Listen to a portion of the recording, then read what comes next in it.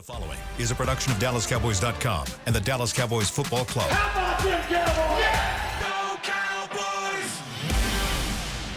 This is Talkin Cowboys. Streaming live from the Dallas Cowboys World Headquarters at the Star in Frisco. C.D. Lamb, touchdown. End zone, Jake Ferguson. Prescott keeps it, and he bangs it in for the touchdown. And now your hosts, Isaiah Stanback, Patrik Walker, Josh Rodriguez, and Kyle Youmans. It's a wonderful Wednesday edition of Talking Cowboys presented by Black Rifle Coffee Company, live from the Star in Frisco, Texas, in the SWBC studio. Welcome in, everybody. We've got the whole cast and crew ready for you to rock today with Patrik "No-C" Walker, Josh Rodriguez, Isaiah Stanback with Chris Beam in the back. I'm Kyle Youmans. So glad you're with us. Come on in. We've got a chance to preview. That boy is good. Chance to preview the Cowboys and the Vikings today. It is a Wednesday, which means today we do have some QB vision. We gonna be all in, big yeah. What is that? Would you like what? Would you like to say that again? Pardon me? We're going to be what? All up in you. In the business? In the film. In the film. okay. Oh, okay. Okay, you're talking to the film in this case. Yeah. I've been all up in the film. Yeah. I'm ready. All up and through. That's good. Up in there. Let's go. I've seen that tape. Elbow deep. Did you? How'd your thing go yesterday? What thing? Your press conference. That was Monday. That was weeks ago. No. How'd it go? It was great. Introducing Neil Brown as the new head coach at North Texas. It was Wait, awesome. I thought it was Jason Garrett, Kyle. It was not Jason Garrett. There were a lot of fake names out there, and Garrett was like AI photoed into a bunch of them. And yeah, no, not Jason. Saw your Garrett. pictures. Those were It was official. really cool. Yeah, I posted the pictures Yeah. yesterday. I didn't get them on Monday. I got them yesterday. But Went well? It went well. It was great. Yeah, y'all will laugh at this. Oh, too soon. The president of the university was who I introduced to walk up on stage. Okay. So he's the president of the University of North Texas. Kyle knows people. And as I was introducing him, I said, all right, I'd like to welcome to the stage Dr. President Keller. Or I said Dr. Harrison Keller. And as I said it, I started to say President of the United. And then I paused, and I was, and everybody started laughing. The whole room started chuckling, and I was That's like, quality. "Oh, dang it!" That's quality. I was like, "That sucks." I was like, I can't get that one back. So I finished it. I said, the president of the University of North Texas, and I said, "Look, I'm just trying to give you a promotion." Exactly. And I was just making a joke. That was nice. But he followed it up. Save He's it. great. He does a great job, and honestly, I admire what he has done with the university. He stepped up. He goes, I'm not sure people would classify that as a promotion. And everybody was like, Oh, hey, I was yo. like, that's pretty funny. He's throwing zingers at people. I love it. But, yeah, other than that, it was really good. good. That's It was good. a lot of fun. That's good, man. Thanks for asking that. For shizzle. I appreciate But it. the funny thing is, you told that story. My follow-up question prior to you bringing that up was, what would you have done differently? Because I know you're going to analyze the crap out of your performance. So I was about to ask would've that, been the one. and then he let it. That's the one. Yeah, I was He really ran happy. the wrong route. Yeah, ran the wrong But the recovery. Red 7. He still made the catch. That's it. It was an option. That's route, it. and it went the Wrong wrong route. way. Come on, man. Nobody knows. Yeah. But yeah, that would be the one. And I also I flubbed a word like in the very open. It wasn't like major or anything. I just Nobody said the noticed. wrong word. Yeah, but I would go back and look at it. You're right though. I am We're pretty perfectionist. Yeah, we are that. I try and correct what I can. All right, Pat, let's get into some news and notes today. We got a lot to talk about. Hey, guys, Talkin Cowboys starts at 9:04. This for the comment For section. the comment section. How many people Who cares? care about it? 2. They get upset. But they're still watching. Really quickly, here's a Every day. for you. Shouts out to Nerd Girl ASMR. First and foremost, give it to her. Yeah. She says her birthday is coming up on Sunday. So in the event that we forget to wish Nerd Girl ASMR a happy birthday before the week ends, let's go ahead and wish her. Strange. Happy birthday. Everybody hop in the chat. The family hop in the chat and wish Nerd Girl ASMR a happy birthday. This song. It's a slide whistle every time. It's been on that machine back there since when, Beamer? Probably 2016 when the Star was built. Probably. It's probably been on there from the beginning of this studio. It's the slide whistle every time. It's that, yeah. It's My. Okay, so news and notes. First and foremost, just keep in mind the Cowboys are finally back on a regular schedule, at least for the next 2 weeks. Thank you, Jesus. Yeah, I forgot what that feels like, but here we are. So I thought that was a drop for a second. I'm like, when did we get that? We'll make it a drop. Beamer thanking Jesus.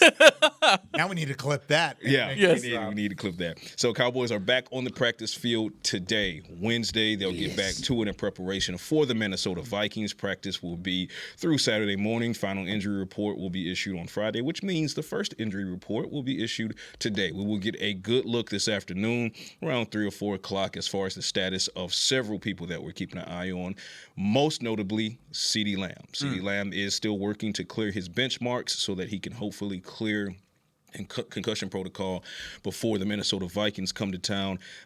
Word has it, as of yesterday as well, he's still trending in the right direction. Cowboys are optimistic, but of course, as we all know, and I'll say it again, Cowboys have no say in the matter when it comes to a concussion protocol, right? So, but good news is CeeDee Lamb, they've had several conversations with him. He's speaking with the medical staff. He's going through what he needs to go through, and he's on the right track. So hopefully he remains on the right track. Jadeveon Clowney is expected to return to practice today. Expected to play on Sunday against the Minnesota Vikings. Nice. Yeah. So barring any setbacks, and the same applies to Tyler Guyton as well. So Jadeveon Clowney and Tyler Guyton are in the same boat in that they are both expected to return to action this Sunday night against the Vikings, as long as there are no setbacks in practice this week for either of those guys. So that's great news as well. Trevon Diggs, that's the other headliner. We will see, because Trevon Diggs was a game-time decision against Detroit. He did travel, but it sounds as if they want to see more from him in practice before they activate him to the 53-man roster. Now, his practice window has already been activated, so he's 7 days into that 21-day window as we have this conversation. Yeah. So only 14 more days before they either have to activate him or he ends his season on IR. Well, in Jerry's last availability before the Detroit game, I felt like it was pretty clear that Trevon was going to play in Detroit. What was the setback for that? Do we know? Honestly, I don't think there was a setback per se, and I would just... This is a Talkin Cowboys. Kidding me, dude? I know. Dallas Cowboys Network. Take a The lap. playoffs have started. Sir. Wow. Not the You didn't make the playoffs. in Fantasy. both leagues. Wow, look at you. Playoffs. But no, I wouldn't use the word That's why we setback hired because some fans will run with the word setback and assume that that's what happened physically, but that's not the case. It's simply based upon conversations I've had, based upon hearing Shotty's take on it, hearing Jerry and Stevens' take on it. They simply want to see more from him. So it sounds like he was close. He was right there, and they almost pulled the trigger on it, but they were like, you know what? Let's give it a few more days, which is fine because he literally returned to practice last week ahead of that Detroit Lions game, which was a Thursday game. Right. So mini bye, if he doesn't return after this mini bye against the Vikings, then I'm going to start kind of flashing a red light on that and saying, what's really going on there. So we'll see. But the injury report today will tell quite a bit as far as all of those gentlemen I mentioned. What would you guys be expecting from Trevon Diggs in the Vikings game? Like, particularly, I just want to know what you guys are thinking. Like, would it be a limited snap count situation or for Trevon or full rotational? I think it's going to be rotational no matter what happens coming back. But it also depends on the health of Kalen Carson to a certain extent. Yeah. Carson's earned some more snaps. Trevon Diggs hasn't necessarily earned more snaps. His contract has. That's kind of where I'm at. At this point in time, has his play warranted him being a full-time starter? Probably not. I would see a rotation. He'll be the starter. He'll be the guy that goes out there. But I don't think he's going to play as much as he has in the past. Is that what you want to see, or is that just what you're expecting? What I would want to see, I'll say it with my chest, what I would want to see is more Kalen Carson. So I'm not saying that's going to happen. I just think there's more of a rotation than what it has been in the past. I think that's fair. Yeah. That's what I think will happen is more of a rotation. I would like to see more Kalen Carson. No, I think you're right. I mean, because we talk about ramping up guys back from, having missed time all the time. So this applies to that situation. Trevon Diggs, like Isaiah said yesterday, what are we now, 6 calendar weeks? Yep. Yeah, 6 calendar weeks, 5 games removed. Yeah, 5 games removed. Yeah, you're not just going to throw him out there and assume he's going to give you 100% of the defensive snap count. In addition to trying to make sure that you. And I posed this question to Eberflus, I believe, last week, and I got another question for you this week, Eberflus. See you tomorrow. I asked. It's tomorrow. Yeah, it is tomorrow. I asked, what's the challenge of having a guy like Trevon Diggs come back, all pro, the contract tied to it, the expectations tied to it. Cowboys need to see more from him this season without accidentally curbing the progress of a guy like Savon Revel, Kalen Carson. Yeah. Because these guys need their reps as well. Well, that's why I want to see more of it. Right? Positional coaches and just developing young guys as a whole. Yeah. Okay, well, you got to be wise in how you do that rep count. So the ramp up gives you kind of an out to make sure that not only Trevon Diggs is progressing in a way that doesn't force a setback, but also still allows you to get Savon Revel and Kalen Carson on the field with hopefully a healthy amount of snaps, because those guys have earned it as well. I find it hard to believe that Trevon Diggs is in the future cards for this franchise. That's just my gut feeling. It's not even the out is this offseason. It's not even Offseason Friday, with the and contract. You're saying it with your but that's what it looks like. I'm just reading the tea leaves is all it is contract-wise, relationship-wise, availability-wise, all of those signs are pointing in one direction. I agree. And so if that's the case, not that Kalen Carson has been a world beater at the cornerback position. That's not what I'm saying here. I see the chat. They're like, I've seen enough of Kalen Carson. It's No, like, you haven't. to be fair, not really. No, you haven't. You've seen him banged up, playing through injury, and when he was finally healthy, he actually played pretty decent for a guy who hasn't had a ton of experience. And he's on your roster next year. There's no doubt about it. To be here. So I want to see it. I just want to see it. I'm not saying it's going to be a world beater type of performance and he's the corner of the future, but I also want to know whether or not one of these two first round picks are going to be needed for a cornerback. And I need to know if that's a possibility opposite of Deron Bland. So let's play what we know what we're going to have, and at some point then those cards will fall where they may. And for not trying to sound naive, but if Trevon Diggs comes back and he looks like the Trevon Diggs of old, he's a ball hawk and fine. All of that, is that something that you would want to see more of in that case? Are you giving him more snaps than you would to Kalen Carson? If he comes back and he's balling, yeah, of course. I would love even though he may not be in your future cards going into next offseason. If he comes back and he balls out for 4 weeks, which I just don't necessarily see happening. Of course, right. But if he does, there's no indication that gives you that sign. He might be in your cards for the future. So I'm cool with it. Try out both guys. Have both guys take significant snap counts and see what's going to happen. Someone is being unusually quiet in terms of the Trevon Diggs conversation. Telepathically, I agree with Isaiah. And I think we need to hear from one coy Isaiah Stanback. Just want to make sure that we're on the same page. Yeah, we're talking about the highest paid defensive player on your roster. Yeah, currently, yes. Yes, we are. Trying out. That's what I'm saying. I just As said I stated. what I believe. I just want to make sure that I'm clear. I don't want to assume. Mama used to always tell me that assuming is not a good thing. Can't say that on there, but I want to make sure that we're talking about the same person, right? Yeah. How many weeks? 6. How many games? 4 left. $558,000 per game, right? Mm-hmm. Why are you watching his pockets? I'm not watching it. It's public information. I urge you on a Wednesday. His pockets are watching me. You know how long it takes me to make $558,000? How long? Tell us. 2 shows. A lot longer than 1 week. 1.5. Did you say 2 shows? Derek. Let's talk. Bro. Let's talk. Because clearly I need to renegotiate my. There are. We just got to wait and see. I'm with you. I already said that. I said this earlier in the week. I don't foresee him being on the roster next year. Yeah. Unless he just comes back and intercepts everything that comes his direction. I don't foresee it happening. If he comes out and balls out and is a lockdown corner we've seen even then, I don't see him staying. Even then, I don't see him staying. Is that a he thing or is that a team thing? I think it's a he thing. I don't believe, this is my opinion, I don't believe that he fits the characteristics of this defense. Not even talking about physical attributes. I'm talking about character. I'm talking about the team mindset. culture, all those You're things. talking about culture. I don't believe that he fits it. Yeah, characteristics, but impact Character. in all caps. I don't know the man personally like that. I don't know him like that. So, I mean, I'm speaking upon what I've seen. I'm speaking upon how I've seen him move, whether it be training camp, whether it be around the building, whether it be practice. That's how I perceive it, okay? I could be completely wrong. That's just my opinion. I don't see that fitting here. So if he comes back and balls out, awesome. Hopefully it helps the case in the Cowboys potentially, very slim chance of making the playoffs. But ultimately, if he does that, he helps his case in terms of where he can go because I think that they would use that as trade. I think the bigger question to your point is, all right, so we're talking the macro when it comes to Trevon Diggs. Yeah. Let's just make it the micro. At the end of the day, two things have to occur for Trevon Diggs to remain in the future for the Dallas Cowboys.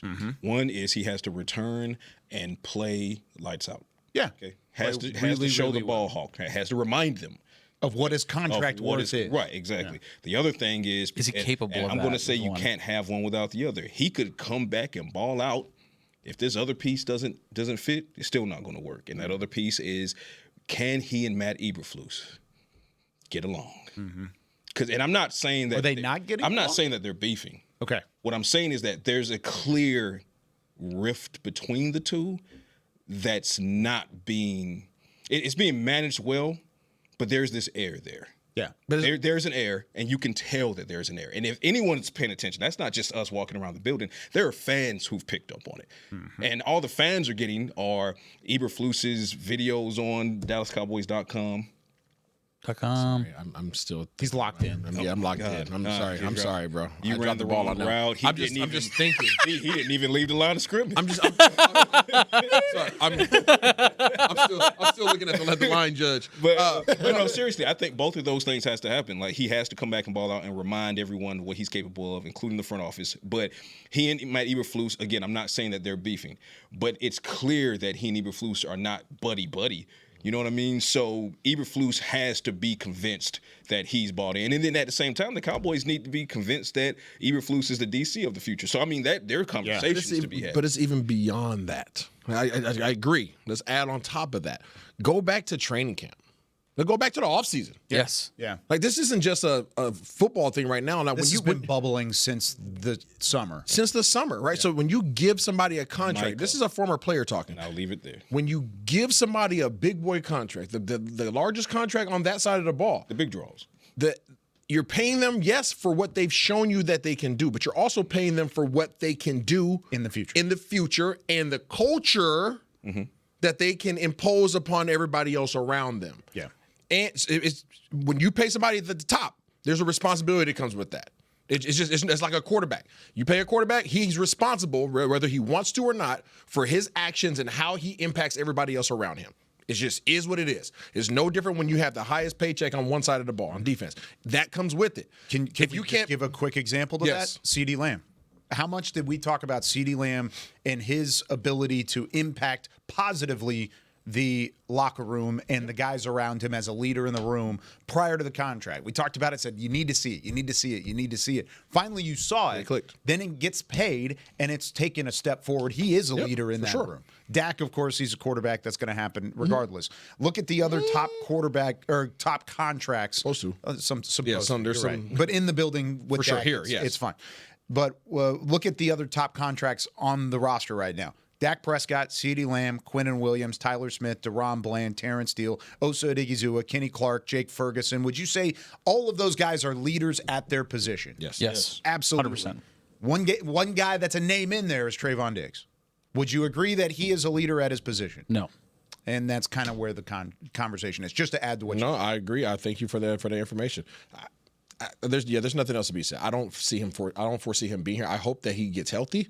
I hope that he comes back and is able to have an impact, and I hope that the rest of his career is amazing. I just don't foresee it being here. Yeah. One thing that we've seen from Brian Schottenheimer in his one season, now closing in on 12 months of being a head coach in the NFL, one thing he has consistently shown is that regardless of what the contract situation looks like, what the roster status looks like, what your ability is off the field and not even availability, whatever that ends up being, all of those factors, if you can play ball, you're getting snaps.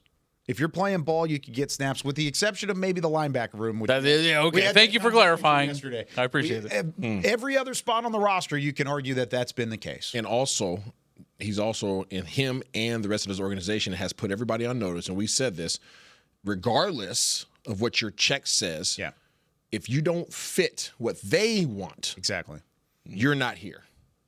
Agreed. One thing to say it, another thing to act on it. Agreed. And they acted on it this year. And we said when that happened, everybody's been put on notice. TBD. And it's been a tumultuous year for Trevon Diggs, to say the least. No doubt. I'll say this and we'll get to the break. And I said it when it happened, actually before it happened. And I was like, if this thing goes left with Micah, I don't know how things get back right with the organization and Trevon. Because things went left with Micah.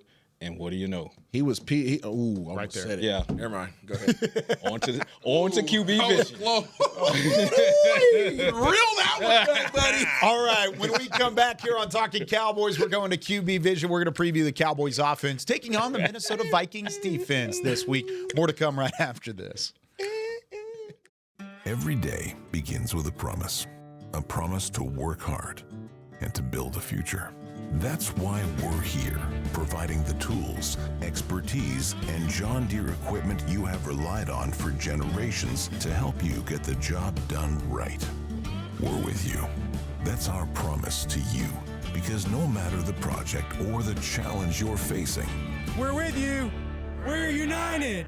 Cowboys fans, we've got big news. Black Rifle Energy is now available at Texas 7-Eleven stores. And for a limited time, you can score 2 cans for just $6 at participating locations. These cans pack a serious punch, 200 milligrams of caffeine, veteran-crafted flavor, and the clean energy you need to power through those long days. So the next time you roll into your neighborhood 7-Eleven here in Texas, grab that 2 for $6 Black Rifle Energy deal and fuel up the American way. Black Rifle Coffee, America's coffee. How's it going? You see that Cowboys game? Oh, I watched. Been seeing some good things. Totally. They have some talent. Yup, some great talent. And they got some fight. Hoping this is the year. Me too. Oh, I'm Cody, by the way. I'm Travis. Nice to meet you, Travis. Go Cowboys. Go Cowboys. Make a new friend based solely on their shirt choice. What would you like the power to do? Bank of America, the official bank of the Dallas Cowboys. Copyright 2025 Bank of America Corporation. At AT&T, we guarantee our network so you can talk college football with your BFF while taking Buster to the vet.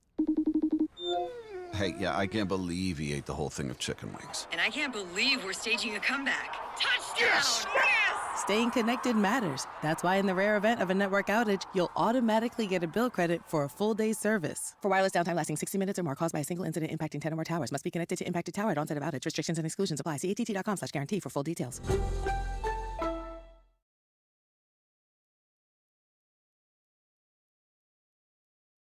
Back to Talkin' Cowboys.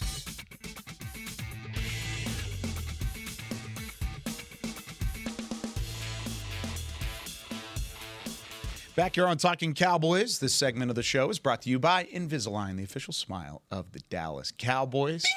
Patrik Walker, Josh Rodriguez, Chris Beam in the back. I'm Kyle Youmans. Let's hand things over to the nearly fired Isaiah Stanback for some fire on his QB vision today. Let's hear it. Sound it. Wide 80. Wide 80. It's time Nobody blocked. for That was the problem last week, QB guys. Vision with Isaiah Stanback. Guys, there we go. All right. Woo! About to get blow off. Let's talk about the Minnesota Vikings. There's a defensive coordinator over there who's very well respected. Does anybody know his name? What's his name, Isaiah? B-Flow. B-Flow is what they call him. Brian Flores. Former head coach of the Miami Dolphins. You've always really liked him. I've always liked B-Flow. Yeah. B-Flow his scheme and everything. Very, very good dude. Very admirable individual. He says it with his chest at all times. Yes, he stands on business. And he doesn't really lie. So things kind of come to fruition with him. He is impactful. He was one of the most respected defensive coordinators in the league simply because of the fact he does what, Josh? He's very good. He's very good. He applies pressure. I was like, where are you going like with that this? Kevin Hart commercial. Hold on. Kevin Hart and LeBron. He applies pressure. Okay. B-Flow applies. I was like, where are you going with this, dude? Did not lead me anywhere at all. I thought you were there. I thought you caught the alley-oop. That's the John Stockton pass. Also, you did not set me up for success on that one. Let me just be There's a lot of I thought we were here, man. I guess I'm next. So Simpatico. ran the wrong route, didn't leave the line of scrimmage. Yeah, and then you told him the wrong run. It's like hot route, right center. Hey, Kyle, the best Wong Kar-wai film is. All right. All right. They're all good. He's like foreign. No, but let's get to it. B-Flow applies a lot of pressure, and he does so not in the most, I want to say most elaborate, or I wouldn't say creative, but it's not. What's the word I'm looking for? I can't even think about the word. It's nothing crazy, right? You're not seeing people flying around. Exotic? Yeah, there you go. That's the word I was looking for. Exotic. Nice. It's not. See, I got him there. Come on, man. Get back in the saddle. They're not exotic looks. You know, you face some defensive coordinators, and when they're doing a lot of things that are confusing, they'll bring in guys from the corner. They're bringing guys from the safety position. Safeties are running all over the place, or at the line of scrimmage, or running back. You have to identify who's coming, who's. It's not all that. These guys line up. Very simplistic. It's almost the same look every time. They're going to come out in a 3-down line or they're going to come out in a 4-down line. And they like to place overhangs with their linebackers.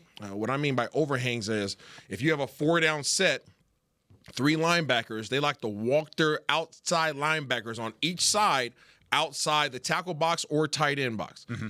They like to ensure that they always have a cap on your formation, right? Meaning that they always are looking outside in. Yeah. They don't want to be looking inside out. So if you come out in a base formation, 2 tight end set, 1 tight end down on each side, 1 wide receiver on each side, you're going to come out, it's going to be 4 down linemen, 1 linebacker outside your tight end on each side. There's going to be 1 linebacker in the middle of the field. And these guys are going to be the 2 high shell. That's it. That's what you're going to see. Now, the question is, who's coming? Exactly. That's always the question. Now, the look is going to look simple. Yeah, the look is always going to be simple, but there's slim. I have not been able to pick up on an indicator as to what gives away which guy is coming, right? Which guy is going to be the one that's bringing pressure. So, four-man look, I honestly think that Dallas has an edge. You like what I did there? They have an edge on this edgeless defense because I think that if your interior offensive line can get a push, which is difficult against these big boys in the middle, because they got Javon Hargrave, Jonathan Allen, they got some dudes in the middle. Jalen Redmond too, Jesus. They got some big monsters up front. Bernard. That makes them feel confident having a light linebacker level. If that makes sense, right? There's not a lot going on in the middle of their defense in terms of numbers, and they feel confident in doing that and leaving that vacant because these guys are hard to move up front. Yeah. They play sound at linebacker, though. They do play sound at linebacker, and they're aggressive at linebacker, but those linebackers are typically outside the box. If you can move these big mountains up front, which, again, is going to be that's a challenge in itself with those 3 monsters up front, you can run the ball because it's like waves, right? Anybody ever played Horde mode on Gears of War? Yeah. Okay, it's like there's only you take out the first wave, and then you expect another wave coming, right? Call of Duty. Yeah. These guys have 1 wave. So it's that front line. That front line is solid. It's a solid wall. But if you can get a crack and get in past that front line, there's a lot of space. There's nobody there waiting for you at the second level, right? You might have to break 1 tackle. So that'll be my suggestion and hope for Dallas, that they can effectively run the ball, especially when they come out in this 4-3 look. Those 4-down linemen, again, with somebody walking on the outside, looking in, really, really ready to put their hands on the tight ends. Where I believe that they're most dangerous is when they come out in their 3-4 look. The reason why I think they're the most dangerous in that 3-4 look is because they typically like to go to that. It varies based upon their opponent. Right, I don't understand. They ran a lot of 3-4 versus the Green Bay Packers, and they were able to get a lot of pressure against the Green Bay Packers. I think they saw something on film leading up to that game that gave them a vote of confidence that they can get pressure on Jordan Love all game long, which they did.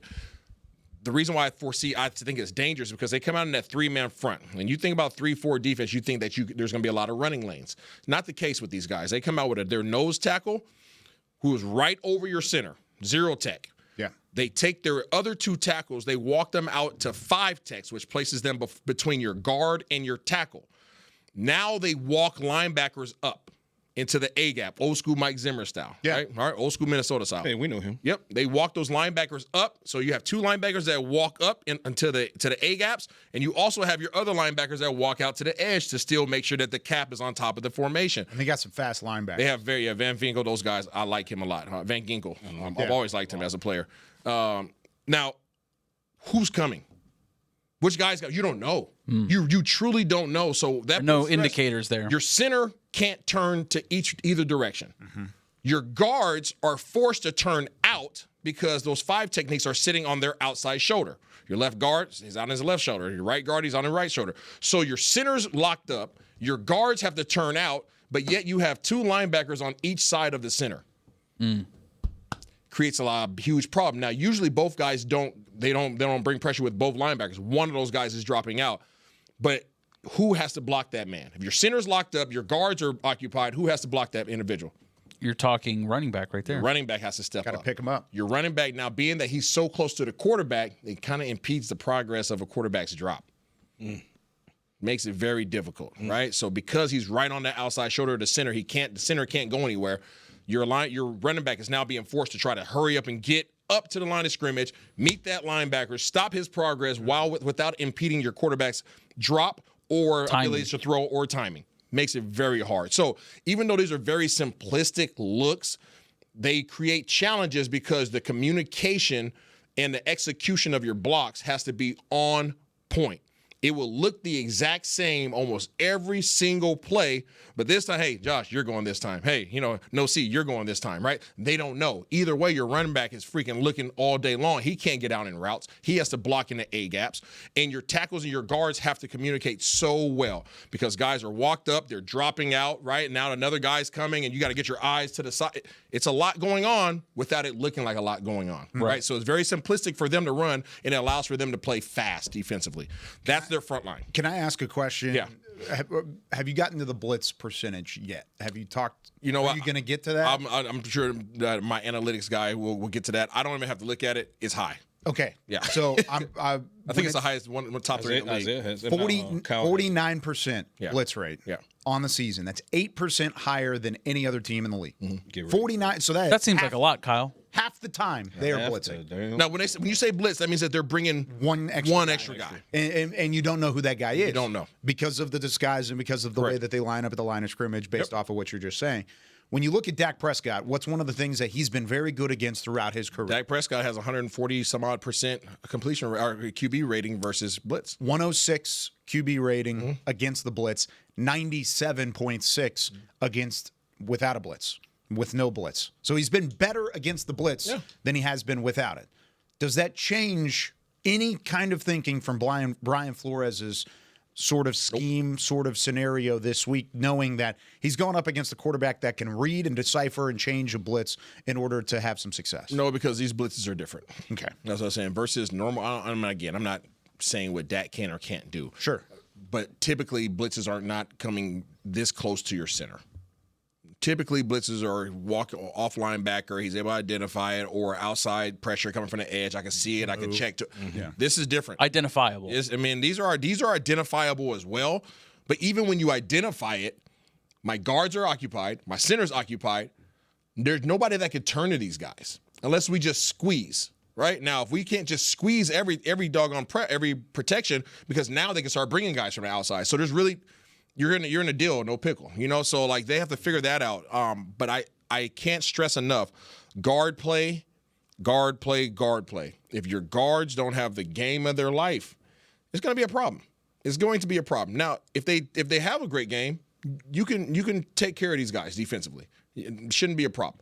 But the communication has to be on point. That's their front line. That's where they propose problems to me. Their secondary is too high shell. These guys are playing cover 2, cover 4, cover 6. Cover 2, your corners stay up, playing 5 yards off, 3 defenders dropping underneath, 2 safeties over the top, responsible for the half. Cover 4, you have 4 guys playing in the secondary. Those guys are all playing a quarter of the field. They can play it on the outside like they're playing man, right? It doesn't have to look like off pressure, off coverage all the time. They could come up and press and still be responsible for their quarter of the field. Cover 6, one side is playing cover 2, right? True cover 2. The other side is playing cover 4. And that's usually relatively easily identifiable by them. But what they're trying to do is they're trying to play off, bend, but don't break defense and saying, you can't beat us over the top. We're going to make you throw before you want to throw under pressure, and we're planning to get tips and overthrows, or we're going to get sacks. That's what they want to do. They want you playing as a shell of who you are. You can't, if you run a 5-step or 7-step drop, we want you running 3-step, right? If you speed up your clock. so we want you to speed up everything. You normally run your routes at 12 to 14 yards. You're running them at 5 today, buddy. You know what I'm saying? Like, that's what they want you to do. So if you can run slants, they're butt naked open all day long. Yeah, the middle of the field is middle of the wide field is wide open because those linebackers are not, again, they're not at their traditional positions, right? They're Slants, down you at the say. line. Yeah, slants, you say, like George Pickens. Yeah, he's pretty good at that. Slants, you say. However, put some respect on their number 7. Put some respect on number 7, not for numerous reasons. I know. He said their. Notice he said their number 7. Byron Murphy. Byron Murphy. Byron Murphy Jr. is a dude. Where did he go to school? You dude. Yeah, he's a dude. He's a dude. So put some respect on him. Harrison Smith's been around for 122 years. He's still a great player. That's what I see. That's what I got. Dallas communicates well, and they execute their assignments in the blocking scheme, especially the running backs and guards. If they have good games, you have a good day. And this Vikings offense and defense, this team as a whole, and we'll talk about the offense tomorrow, but all to Isaiah's point, I need everyone to understand that, yes, the Vikings are losing a lot of games recently. The whooping they put on the Commanders notwithstanding, okay? But outside of that, which is an anomaly, this defense has kept them in almost every single game. Yeah, absolutely. Okay? They have a couple of outliers, I think, like the Chargers or whatever. It kind of feels like the Cardinals going into it kind of feels like game this like is that. a defense that which is not good. Is averaging throughout their losses less than 26 points allowed per game. Yeah. And that's given the fact that who did they blow up against? They had, I think the Chargers dropped 30 plus on them. They had 2 games that were kind of outliers that kind of raised that. So for the most part, you could say if you remove those games, they're averaging in the low 20s as far as points allowed. And in that time, you had really terrible quarterback play, which put the defense in vicarious positions. Right. They're averaging in those losses, and we'll talk about the offense tomorrow, less than 13 points a game. Yeah. Yikes. You know what I mean? So point being, to Isaiah's point, the Cowboys win this game if, let's say numbers-wise, if they score more than 27 points, vicariously, if the Cowboys score more than 27 points against this defense in the Vikings, feel pretty good about it. Cowboys should walk away with a win. Yeah, I think that's the magic number. 27 plus get you a win against the Minnesota Vikings. Can I ask you about Eric Wilson, linebacker? Sure. 27 pressures since week 6. That was their bye week. No other off-ball linebacker in the NFL has more than 12 pressures in that same time span. So he's had 15 more pressures than any other off-ball linebacker in the league. Is this just scheme, or is he a good, solid linebacker that you have to be aware of? I think all their linebackers are solid. Okay. I really think so. I think all their linebackers are balls-to-the-wall linebackers. Okay. That's just the. And Wilson, by the way, for those that are going to be watching on Sunday, 55 is what he wears. Not no indictment on him as a player. I think all their linebackers are good players. I think all their linebackers are freaking cut the cord type guys, like freaking tensions on that cable. You cut the cable, and those guys are they're hitting you, right? They're sound, and you have a lot of position flex with them, like you're saying. They can rush and they can cover, and it's not that they're astounding in any of those particular areas more than the other. It's just that they're kind of good at all of those things. They're really, super athletic and super quick. Their first 5 yards is nasty. Yeah, like they're not necessarily the world beaters when it comes to open fields, tackles and all this stuff. But like those in that box, they own that box now. Like them guys can go 5 yards. And you asking them to beat one guy? Oh, they're going to do that. You're asking them to play in the gap and get to the quarterback? They are going loose cannon. I'm diving, grabbing, biting shoelaces with my teeth, like whatever it is. Like that's the type of guys they have. And when you have those, and this goes back to my point prior to getting Quinnen Williams on the team, when you have solid interior defensive linemen, it makes those linebackers' jobs so much easier. I can't stress enough. Javon Hargrave, Jonathan Allen, Jalen Redmond. These are big dudes. And they're not just big dudes. Jonathan Allen. Very familiar with Jonathan Allen. Dominant defensive lineman. Hargrave has been around for a while. Very dominant. Jalen Redmond. Big old school looking nose hoss. Just a right? hoss. Just a ugly number too, 61. But I mean, you see him looking like Clayface out there. You'll see him lock up with your center, and he's occupying that one guy, and you think you can run by him, and he'll just put one arm out and just snatch you up by your whole face. Yeah. Right? He's just one of those big nasty dudes that's hard to move. So center and guard play has to be exceptional. Otherwise, it's going to be a rough night. Yeah. And guys, I know they just had a shutout against the Commanders, but I think a large part of that, I mean, granted, that's shocking, right? Shutting out a team like the Commanders, but they may have brought Jaden Daniels back a little too soon. And the reason why I say that is he had 9 completions on 20 attempts. Yeah, not good. Not good, Bob. This is a guy that just had a dislocated elbow earlier in the season and coming back, 3 weeks after that, maybe 4. I think. Yeah. I think that they put him at a large disservice to his team, getting him out there that soon. Granted, he looked fine in the Hard Knocks or whatever, but I don't think this was the team to bring him back against. Yeah. It's a team that blitzes half the time, speeds up the clock for a young guy, a second-year guy who is returning and trying to get his sea legs back as far as the speed of the game again.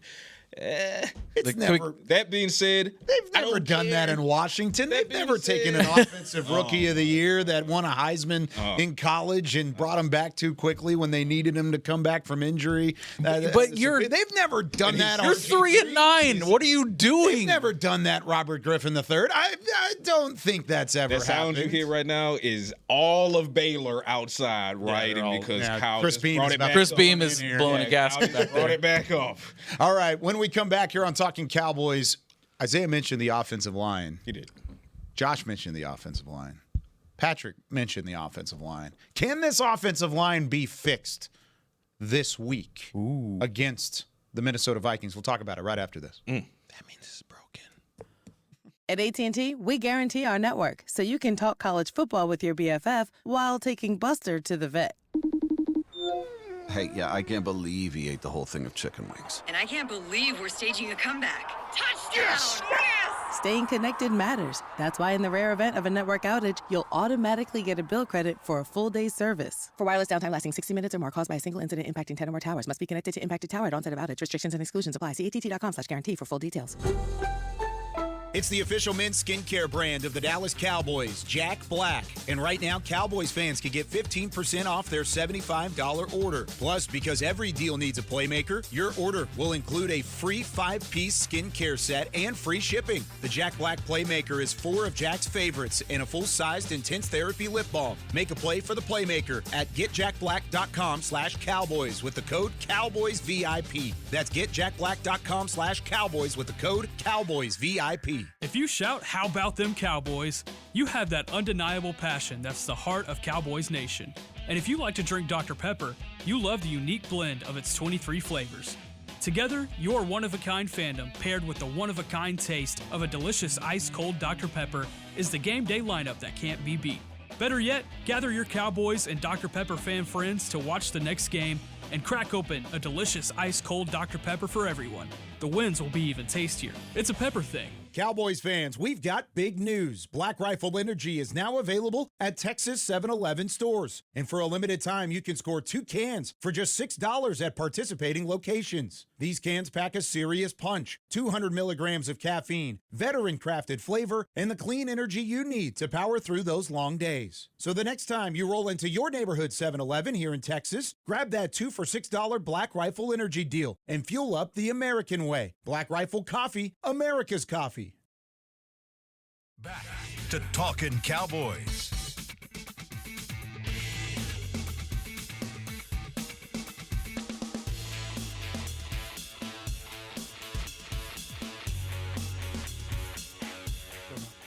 Back here on Talking Cowboys, presented by Black Rifle Coffee Company. Be sure to wear your Cowboys gear to a Black Rifle Coffee location Like this? on a game day. Yeah, just like that. And this? Who has the Cowboys gear today? Who are you, sir? Who are you? Josh didn't wear Cowboys. Come in here with a button up on. It's like a little windbreaker situation. Coming in here with a Feeling button myself up with today. fine thread count.